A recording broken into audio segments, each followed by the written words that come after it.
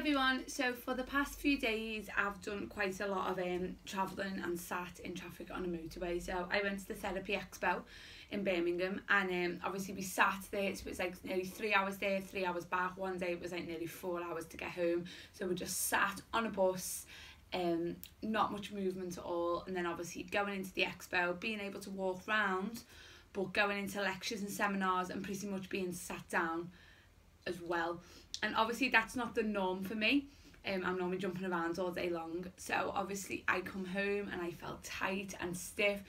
So I wanted to share with you today some of my favourite stretches for like the types of like your hip flexors, round by your glutes, lower back, upper back, and it's going to really help if you're the type of person that sits at a desk all day long and doesn't get much movement throughout the day, or if you're the type of person that also drives a lot and spends a lot of time stuck in traffic, on motorways or wherever, and not being able to stretch and just feeling really stiff and the body just doesn't feel like it wants to move. So I just wanted to share with you some of my favourite stretches and the ones that I done every night when I come home, as well as using the foam roller and the therapy balls just to loosen out as well. But I'm going to share with you my favourite stretches. The first one I want to share is the kneel and hip one. So you're going to put one foot in front of the other. You want to make sure that that front knee doesn't go over the toe, so don't have it too close so it's there. Step that front leg out quite a bit if you need to.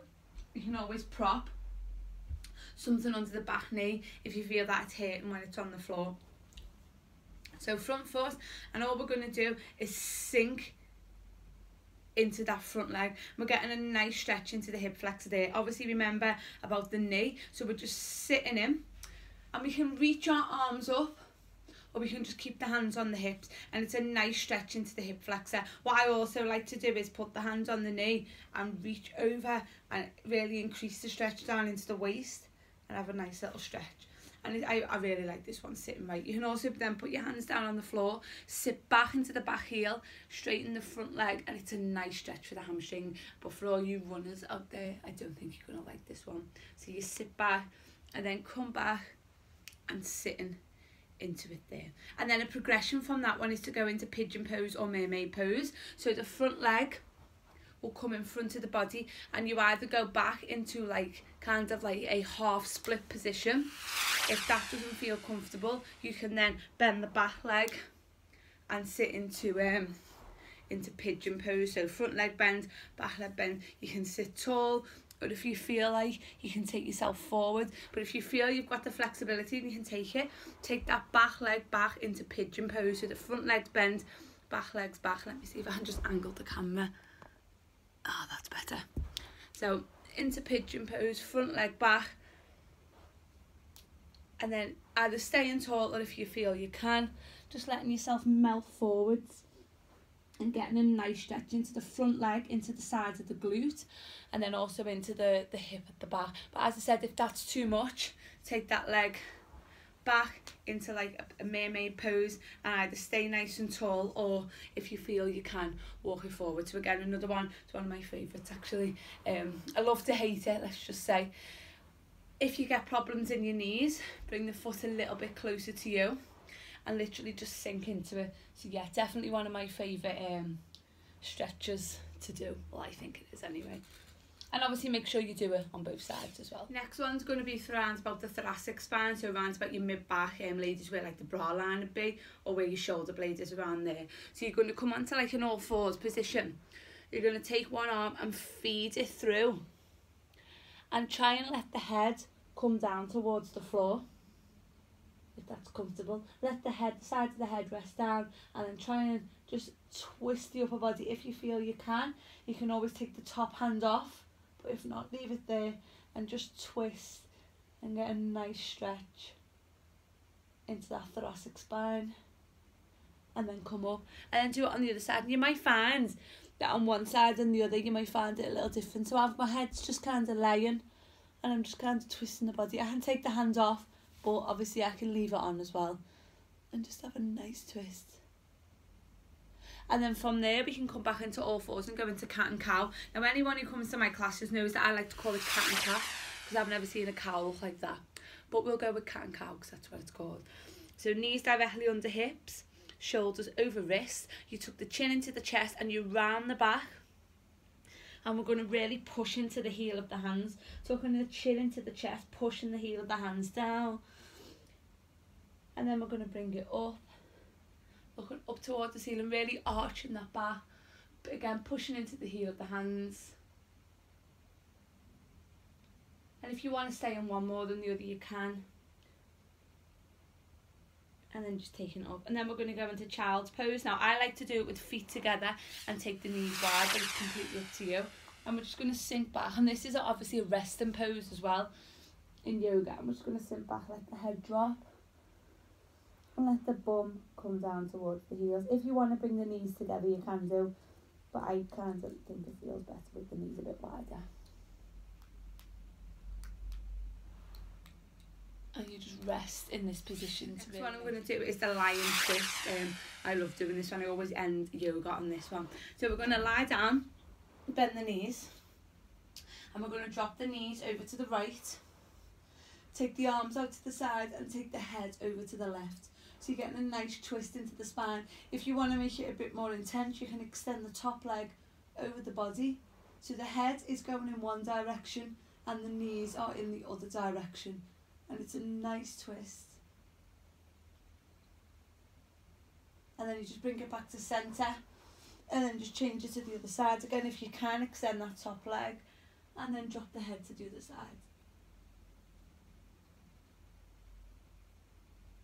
Nice twist for the upper, lower back. And into a little bit round the hips as well.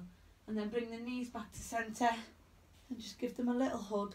You can always have a little rock side to side as well. The one is my like butterfly knees. So we bring the flat of the feet together, tucking the hands around the toes, sitting up nice and tall, and I just like to kind of like butterfly the knees out. Now I've got one leg that goes lower than the other, but I think we're all a little bit wonky. I like to think I'm wonky anyway. And we go from there.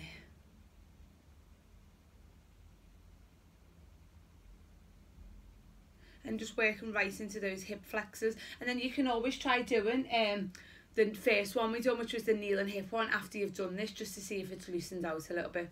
And then we're going to take the legs into a cross-legged position. Take the right hand onto the left knee and just twist the body round, look towards the back of the room. And the left hand's on the floor, getting a nice twist. And then just change it to the other side. Twist it round. And then from there, just let the body fall forward. So nice, just relax into the upper back.